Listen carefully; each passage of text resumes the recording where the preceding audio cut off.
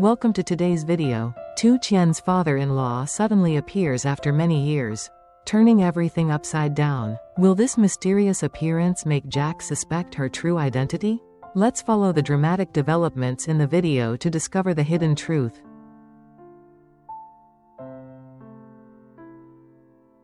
After many days of heavy rain, the sky finally cleared up. The ash-gray clouds gradually dissipated, revealing a vast blue sky, radiant with the morning sunlight after a long rain. The air was cool and gentle, with the scent of the fields, the smell of grass and wet soil blending into a familiar, dear scent. Tien stepped out of the house with a bright smile. On her back was a light pink basket, a familiar item that had accompanied her throughout many seasons. The basket was made of flexible plastic, decorated with a few small branches of cotton flowers, standing out against the green scenery of the village fields.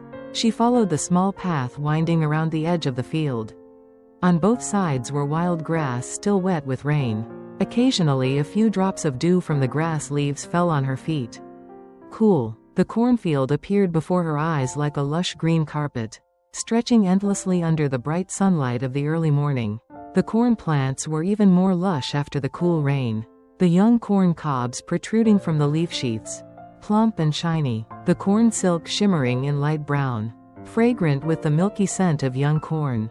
Tien nimbly waded between the rows of corn, one hand parting the leaf sheaths, the other hand skillfully breaking each ear. Every time she heard a soft, rut sound, she smiled with satisfaction, gently putting the corn cobs into the basket. The basket got heavier and heavier, filled with smooth, even young corn cobs like gifts from heaven and earth after the rain.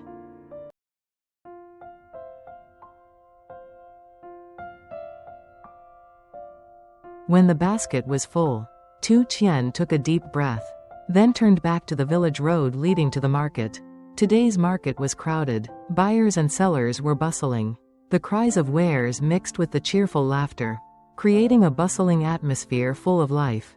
The stalls were crowded together under simple canvas roofs, some selling vegetables, some selling fish, some selling fabrics. The fragrant smell of breakfast spread everywhere. Tien found a familiar corner, spread a small cloth on the ground and began to display each young corn in front of her. Her corn was clean, young, and beautiful, making everyone passing by turn to look. There was no need to shout loudly, just with a bright smile, bright eyes and a gentle greeting. Young corn here. Very sweet, uncle. Tien sold her first corn. She sold each ear, not in a hurry. Each time someone bought, she smiled and thanked them, her face as radiant as the morning sun. In the bustling scene of the market after the rain, the image of Tien, a little girl with a pink basket and young corn, appears so simple and warm, like a peaceful piece of the countryside amidst today's busy life.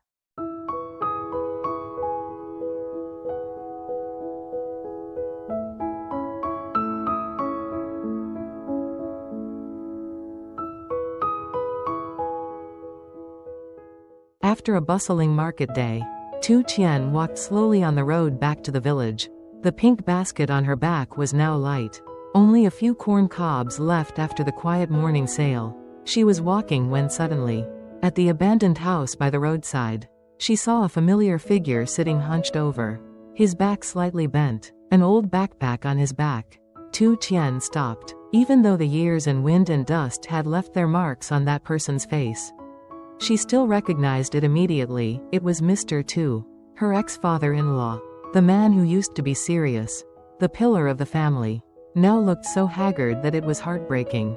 He wore a faded shirt, a pair of broken sandals, and his eyes were sad and tired. Tien walked closer, calling softly, "Uncle Tu, is that you?" The man looked up, his eyes slightly surprised, then recognized her. He smiled faintly. "Yes, that Tien? I didn't expect to see you here." She sat down next to him, put the basket on the ground, her eyes full of sympathy. "How have you been living lately? Are you well?" Mr. Tu sighed, looked into the distance, his voice hoarse. "Living is called living, but it's not any good anymore. My child, Dung, he's fallen into depravity. Since the day you left him, I thought he would wake up, but I didn't expect him to sink deeper. He followed gangsters, played around, got into debt, then sold all the houses, fields and gardens. He also sold the bed I've been lying on for decades. Now I have nowhere to go. I just wander from place to place, giving food to those who love me, chasing away those who hate me." Hearing that, Tien's heart suddenly ached. Although there was nothing left to regret about Deng's past, Mr. Tu, the father-in-law who once cared for her like his own son, was still someone she could not ignore. She quietly bent down, opened her pocket, and took out a few bills left from the day. It wasn't much, just enough to buy a few meals, but she still handed them to him, softly. "Take this. Buy something to eat to ease your hunger. It's almost dark. Find a cool place to rest and ease your fatigue. If you need something, come to my house. Even though you're poor, I won't let you sleep on the street." Mr. Tu looked at her, his eyes filled with tears, his hands trembling as he took the money. He didn't say anything more, just nodded slightly, as if containing all his emotion and gratitude. Under the fading sunlight, amidst the peaceful countryside, the image of two people sitting under a tree, one who used to be a father, one who used to be a son, now reunited in a harsh situation, still retaining a bit of warm human affection for each other, like a small flame smoldering in the dusty wind of life. When Tien and Uncle Tu were still sitting under the old oil tree, their sad voices seemed to melt into the gentle afternoon breeze. The pale yellow sunlight at the end of the day shone down, casting long shadows on the ground. Uncle Tu was still telling his life story, while Tien listened silently, her eyes slightly sad. Suddenly, from afar, the sound of a car engine echoed on the deserted village road. A silver pickup truck was slowly approaching, a thin layer of dust rising behind the wheels. The driver inside glanced at the curb, then suddenly braked. The car stopped, then backed up slightly towards the tree where Tien was sitting. The car door opened, and a man stepped out. It was Jack, in a white shirt and jeans. He still looked dusty but polite. Seeing Tien, Jack's eyes were slightly surprised, then quickly softened into a warm smile. "Tien? Is it really you? I thought I was mistaken." After a moment of shock, Jack bowed politely. "Hello, I'm Tien's friend." Uncle Tu nodded slightly, his old eyes still shining with suspicion. Tien stood up, lightly brushed the dust off her shirt, then turned to Uncle Tu, her voice gentle. "Stay strong. I'm going home." She bowed, then got into the car with Jack. The car slowly rolled away, leaving behind Uncle Tu's lonely figure in the falling sunset, while Jack glanced at Tien with eyes full of wonder and concern. Tien was also silent, not knowing what to say. Suddenly, Jack said, "Why don't we go over and see if Mrs. Gossip has fully recovered and then see if she has anything we can help with?" Tien nodded.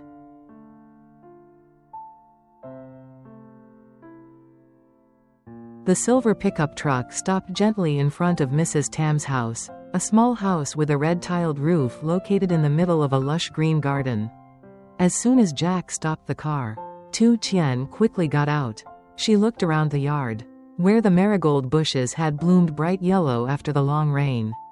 The wooden door opened slightly, and as soon as Tien and Jack entered, she happily shouted, "Mrs. Tam, are you feeling better now?" Mrs. Tam was sitting on her familiar bamboo chair, her hair neatly tied behind her head, her gentle eyes looking up. Although her face was still a bit tired, it was much rosier than a few days ago when she was still bedridden. She smiled affectionately. "Oh, I'm much better, my child, thanks to the kids who came to take care of me the other day. I've been able to get through this." Hearing that, Tien breathed a sigh of relief, took down her basket and placed it right next to the door.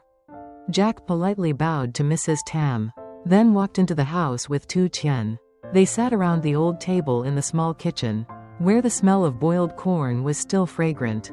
In Tien's basket, there were still a few young corn ears left over from the market. She quickly placed them on a plate, peeled off the husks, and the hot smoke rose, spreading the sweet aroma of corn throughout the small house. The three of them ate corn and chatted animatedly. While chewing, Jack asked, "Mrs. Tam, do you feel better now? Do you need us to take you to the doctor?" Mrs. Tam smiled gently. I'm fine, my child. I'm old, so I have to take my illness slowly. But I'm much better now. I only have a little joint pain left. Being able to sit like this is a blessing. Tien was delighted when she heard that, then tilted her head and asked, "So, have you had any heavy work these past few days? Let me help you." Mrs. Tam looked out into the back garden and sighed. "I haven't even cut grass for the cow yet. It's only been eating dry straw these past few days. I feel so sorry for it." Without waiting for her to finish her sentence, Tien stood up, her eyes shining with enthusiasm. "Let me cut it for you. You should rest." Jack also stood up and smiled lightly. "Then let me go help. Why should I let Tien do it alone?" In the garden behind Mrs. Tam's house, the late afternoon sunlight gently shone through the leaves, creating a strangely peaceful picture. The bundles of green grass were neatly stacked, and Jack was still bending over to cut the last part. Tien sat beside her, her hands quickly tying the grass with string, but her eyes were quiet, as if she was thinking about something very deeply. After a while, she stopped her hand slightly, looked up at Jack, her voice as light as a breeze. "Jack, I have something to tell you." Jack raised his head to look at her.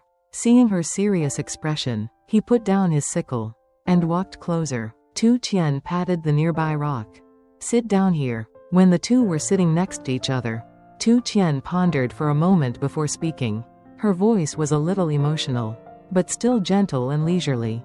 "Just now you saw the old man I was talking to, actually. He is my ex-father-in-law." Jack was slightly surprised, but did not interrupt. He listened attentively, while Tien looked into the distance, as if reliving the old days. "When I was still at my husband's house, things were not easy. My husband, Dung, was grumpy, a playboy, and did not know how to take care of the family. My mother-in-law always hated me openly. I used to feel very lonely and humiliated, but only Uncle Tu was the only one who treated me well." Her voice was quiet, as if lost in memories. "Once I went to work in the fields and my shirt was torn. But I didn't dare tell anyone. But Uncle Tu found out. Secretly gave me some money and said, 'Go buy a shirt to wear. Don't get cold.' When I had a fever and was lying down, no one in the family asked about me. Only Uncle Tu was the one who cooked porridge and brought it to my bed." Tien gently brushed away the grass that stuck to her skirt, her eyes downcast. "Although he is no longer my father-in-law, I used to live with him. I used to receive his kindness, so today, seeing him again in that situation, without a house, without anyone by my side, I feel sad and heartbroken." Jack gently took Tien's hand. His hand was warm and steady. He looked at her with a sympathetic gaze. "You don't need to think too much, Tien. Just do what makes you feel most comfortable. What feels right for you. I will always be by your side." Tien looked into Jack's eyes. Her heart suddenly warmed. In that peaceful afternoon, amidst the scent of fresh grass and the gentleness in Jack's voice, she felt there was a place she could lean on, not with flowery words, but with the most sincere sharing of someone who always silently accompanied her.